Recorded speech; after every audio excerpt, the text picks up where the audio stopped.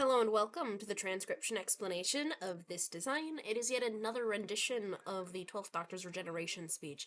This one is designed to fit on a forearm, which is why it's kind of wide at one side and tapers down towards the wrist side, and is why I have kind of done some crazy stuff with the sentence structure in this one.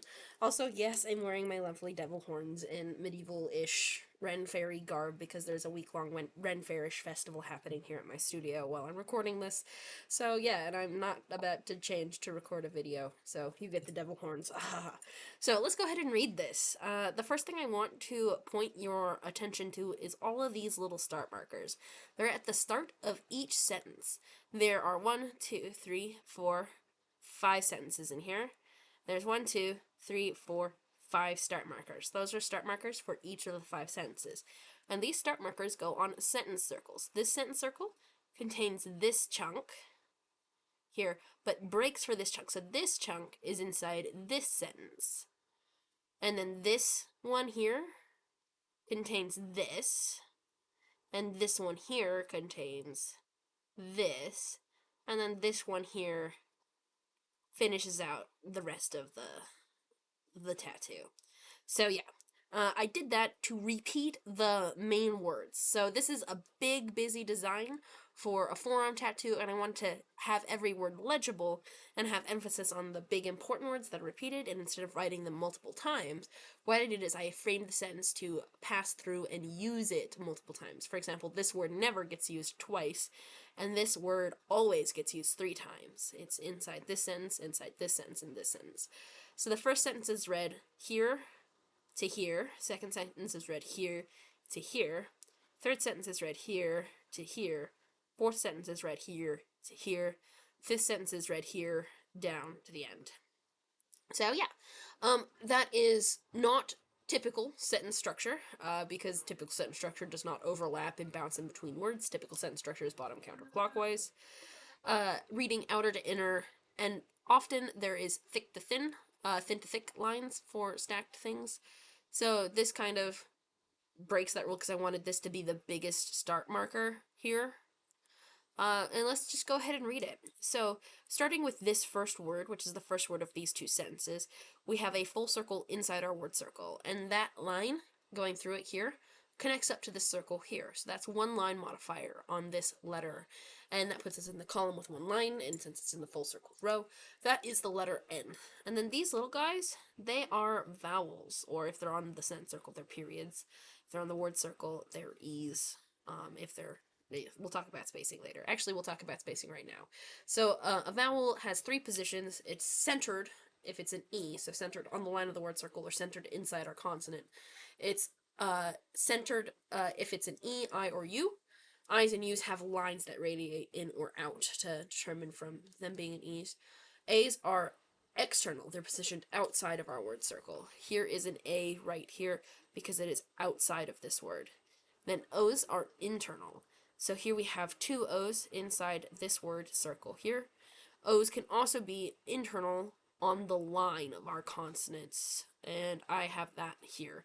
So here's our word circle, here's our consonant, and this is an O attached to the consonant, so it's internal, as opposed to central, which would be inside that empty space there. So yeah, here's another O that is attached to that consonant stem.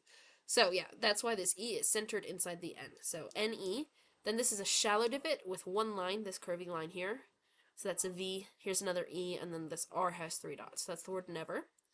And then in this outer word circle, we have this deep divot shape. So I did all of my words B, a really big deep divot with our little vowel, and I filled in just the outline of that word circle. And I did that for that B, that B, that B, that but, and then this B here. Just to kind of hopefully teach people that pattern, and that's how I'm doing B's in this design. Here's a far more typical looking B where the deep divot B has a little E inside the empty space, with this deep divot B has its little E over here. So never B, and then we have 1, 2, 3, 4 dots on this C.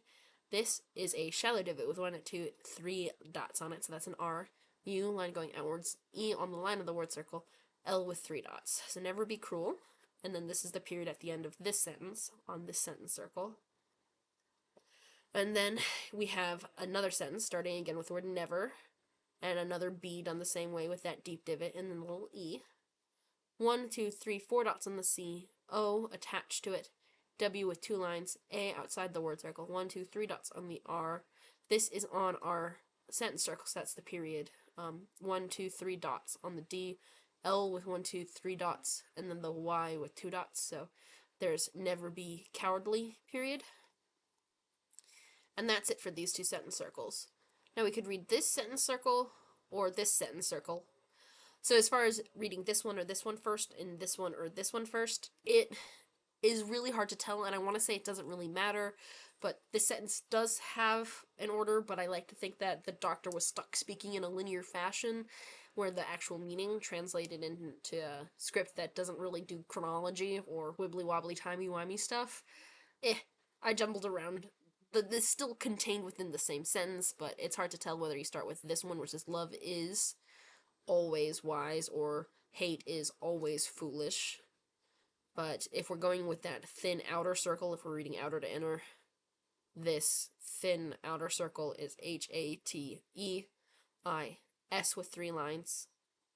And then A outside our word circle. There's 1, 2, 3 little L's on that L, 3 little dots on that L. This W has 1, 2 sneaky little lines. A outside the word circle. This Y has 2 sneaky dots, and this S has this line that connects up here as well, so that's 2 lines. And then the third one here, 1, 2, 3 lines. So A, L, W, A, Y, S, always. So hate is always, and then F has 1, 2, 3 lines. Here's the 2 L's. L with 3 dots. I line going inwards, SH with 2 dots. So foolish, and then starting at this sentence, 1, 2, 3 dots, L, O, like a bead on a string attached to that vowel, attached to that consonant, L, O. V has 1 line, E, love, I, S, again, 1, 2, 3 lines. These 2 thick ones are just ending on that S. They're the 2 line modifiers, and then the third there. So love is always, W, I, S, E, 1, 2 lines on the W, 3 lines on the S, and then there's the E, and there's the period. And then starting with this start marker, for this sentence we have A, L with 3 dots, W, A, Y, S, always. And this try, bottom here, it looks like it could be a Y, T, R instead of a T, R, Y because of how low this, this Y is. But I really wanted it to fill the space left over here and link here and be very obviously the first word of the sentence by being both the leftmost and crossing 6 o'clock here. So T-R-Y, T-O, shallow divot for the T-O, another B-E-B, and then 1, 2 dots on the K, or I, sorry, I'm a liar. This is a C. I know, this is always trying to be nice, because this has to be an N. Okay, sorry, I'm just gonna scooch these dots up so they look like they don't belong with this circle. Actually, they can't belong with that circle, because it has a line, so we can put the dots back. Okay, so this has a line on it. Because it has a line on it, none of the dots count by it, because that means the dots have to go with the one that doesn't have the line on it, because you can't have both lines and dots, because there's no letter that has both lines and dots. So that means if this is to be a letter, it has to be the line letter, which is an N. I, line going inwards, and then this has to be the dot letter, which means all 4 dots have to count towards it, so that's a C with 4 dots, and then there's the E. So N-I-C-E, so try to be nice, comma, deep divot B, U line going outwards, shallow divot T, but N, 1 line on it, E, V, E, R, done remarkably similar to this, never, just rotated a little bit. F, A, I, L, fail. And then 2, here's another B, done with a great big deep divot with the E. Again, 6 o'clock is here, even though this is lower, because it's, I really wanted the balance for the 3 dots, because we had to have a low dot. We have a high dot here, we need to have a low dot there. So there's the E, so B. And then this is a K, because it has 2 dots that have to go with it, because this has 4 dots. You can't have more than 4 dots on a letter. That means these 2 dots have to go somewhere. This one doesn't have a line ending on it, so that would be the K-I-N-D. So kind looking remarkably similar to the word nice, which is kind of intentional. And yeah, that's that design. Its dimensions are 11.5 by 5 inches. So it's designed to kind of wrap a little bit around your forearm in the middle bit, but fit the full length of it here. And at that scale, our minimum line thickness is 0.7 millimeters, which is the width of typical pencil lead, and is going to be probably what your thinnest line that your tattoo artist can make with their tools.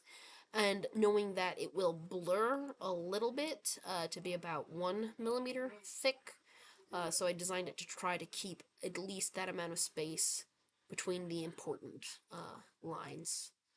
So even if these guys blur to be 0.1 millimeter, it's still totally fine. So yeah, that's that design. I hope you like it. Thanks. Bye.